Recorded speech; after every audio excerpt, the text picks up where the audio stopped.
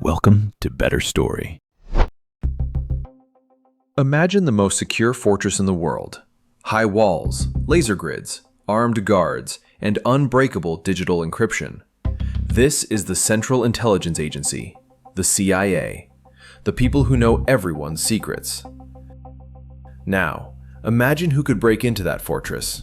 A foreign government? A team of elite military hackers? A defected spy? In October 2015, the director of the CIA, John Brennan, the most powerful spy in America, was brought to his knees. His personal emails were stolen. His wife's social security number was leaked. His entire digital life was stripped bare. And the person responsible wasn't a Russian agent. It was a group of bored teenagers getting high in their bedrooms. The ringleader was a 13-year-old boy from a small town in England. They didn't use a supercomputer. They didn't write a single line of complex code. They used a telephone. This is the story of how a high schooler humiliated the most powerful intelligence agency on Earth. John Brennan was a serious man. As the director of the CIA under Barack Obama, he was responsible for national security, counterterrorism, and drone strikes. He carried the weight of the world on his shoulders. Like many people of his generation, Brennan had a bad habit. He used his personal email account for work, an old AOL account. He thought it was safe. After all, he was the head of the CIA. Who would dare touch him? But across the Atlantic Ocean, in the quiet British region of the East Midlands, a boy named Kane Gamble, known online as Crackas, was bored. He was part of a loose collective of teenage hackers called CWA, Crackas With Attitude. They weren't looking for money. They were looking for chaos. They wanted to expose the system, and they decided to start at the very top. Crackas didn't try to hack the CIA's firewall. That would be impossible. Instead, he targeted the weakest link in any security chain: the human being. It started with a technique called social engineering. First, Crackas did some basic research. He found John Brennan's mobile number online. It was registered to Verizon.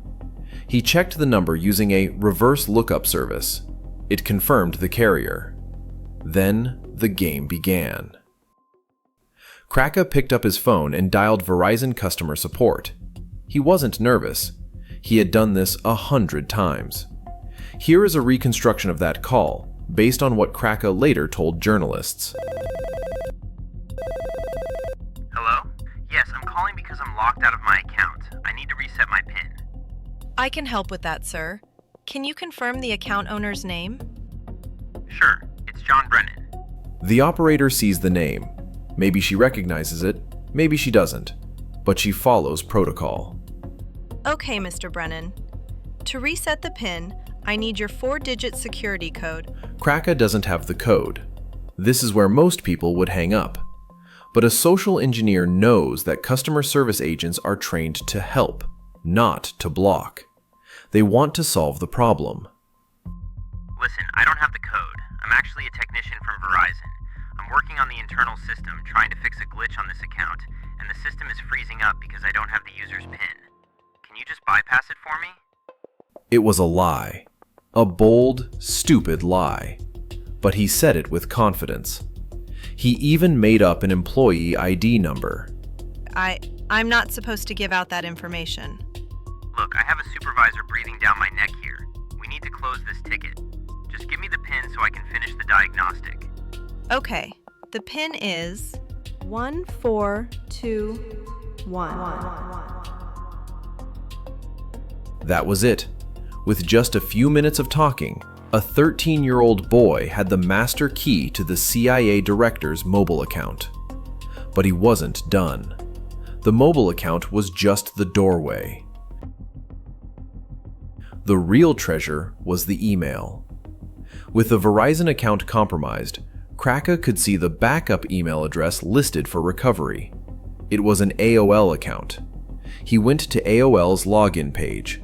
He clicked Forgot Password. AOL asked for verification. Please enter the phone number associated with this account. Crackas smiled. He just got that number from Verizon. He entered it. AOL sent a verification code to the mobile number, but Crackas was already inside the Verizon account online. He could intercept the text messages. He grabbed the code. He typed it in. Access granted. He was in. He was looking at the personal inbox of the director of the Central Intelligence Agency. What he found was a goldmine of incompetence. John Brennan had dozens of emails containing sensitive attachments. One document was an SF-86 form. This is a 47-page application for top-secret security clearance. It contained everything: social security numbers of his family, addresses, phone numbers, mental health records, foreign contacts. Crackas and his friends downloaded everything. But they didn't just steal the data. They wanted to brag. Crackas found Brennan's personal cell phone number in the emails, and he decided to call him. Imagine this. You are the head of the CIA. It's Friday afternoon. Your phone rings. It's an unknown number. Hello? Is this John Brennan? Yes, who is this? I'm the guy who hacked your email. Brennan hung up, but Crackas called back, again and again. Finally, Brennan picked up one more time. Hey, you really need to secure your account better. It was too easy. Who are you? What do you want? How much money do you want to make this go away? We don't want money. We just want you to know you're not safe. Brennan tried to play it cool, but the panic must have been setting in. He contacted the FBI immediately, but it was too late. CWA took to Twitter. They started posting screenshots. The media went crazy. CIA director hacked by stoners. It was a global embarrassment. Most hackers would stop there. They proved their point. They humiliated the king. It was time to disappear. But teenagers don't know when to stop. The adrenaline was too high. They didn't just stop at Brennan. They went after James Clapper, the director of national intelligence. Using the same method, calling the internet provider, they reset his password. They routed all calls from Clapper's home phone to the Free Palestine Movement headquarters. Then, they went after the FBI. Mark Giuliano was the deputy director of the FBI. Crackas targeted him next. This time, they didn't just get emails. They accessed a database called JABS, the Joint Automated Booking System.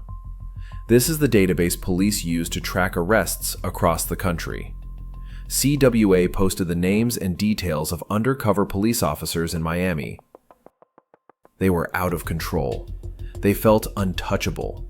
They were gods of the internet. But they made a mistake. They got arrogant. They started swatting.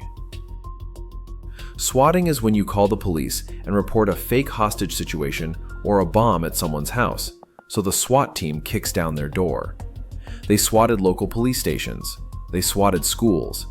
They were terrorizing innocent people just for the thrill. But while they were laughing on Discord, the real FBI was working. In the digital world, Crackas was a ghost.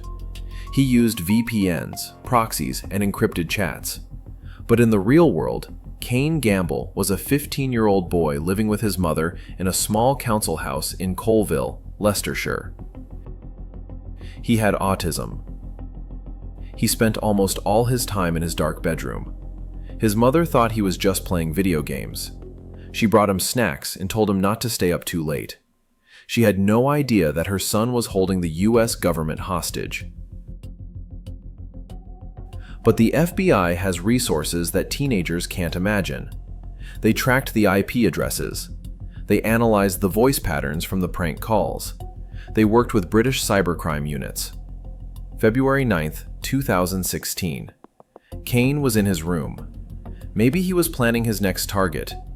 he heard a noise downstairs. Not a phone ringing, a heavy thud. The front door. They didn't send a regular patrol car. They sent the heavy squad. They stormed the house. They seized the computers, the hard drives, the phones. Kane was dragged out of his room. The god of the internet was just a scared kid in a hoodie. When the news broke, the world was shocked. Everyone expected a mastermind, a Russian agent, a 40-year-old genius. Instead, they saw a boy who looked like he should be doing homework.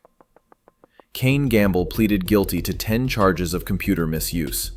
His lawyer argued that he was on the autism spectrum, that he didn't understand the consequences of his actions, that he was naive and immature. The judge agreed that Kane wasn't a malicious spy, but the damage was done. He was sentenced to 2 years in a youth detention center. His computers were destroyed. CWA was dismantled. But the legacy of that hack remains. For decades, the CIA spent billions of dollars building walls to keep enemies out. They built the strongest digital locks in history. But Kane Gamble taught them a lesson that no amount of money can fix. You can have the best encryption in the world. You can have armed guards and laser grids. But all it takes to bring it all down is a bored teenager, a telephone, and a convincing lie. Security is only as strong as the person answering the phone. This was a better story. Sometimes, the giant falls not by the sword, but by a simple whisper.